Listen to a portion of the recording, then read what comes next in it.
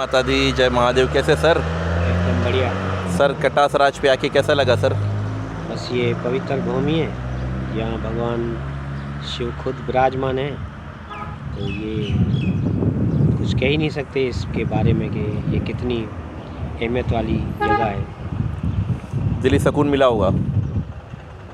बस ये ऐसा है कि जैसे गूंगे को खिलाएं गुड़ और उससे पूछें कि बताओ कैसा है, तो हम अंदर में ही फील कर सकते हैं, इसको बाहर नहीं बता सकते। एक रूहानी सुकून जिसे कहते बिल्कुल हैं। बिल्कुल। कटासराज के लिए क्या और मशवरा दे सकते हैं सर?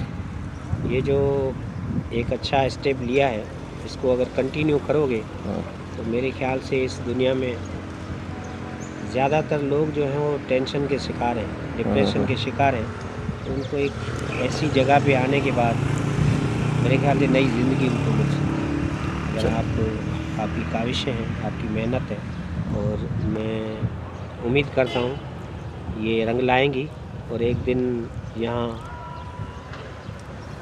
कसीर तादाद में हमारे सनातन धर्म के लोग आकर के भगवान का भजन करेंगे और दिली सुकून प्राप्त करेंगे। थैंक यू सर, धन्यवाद।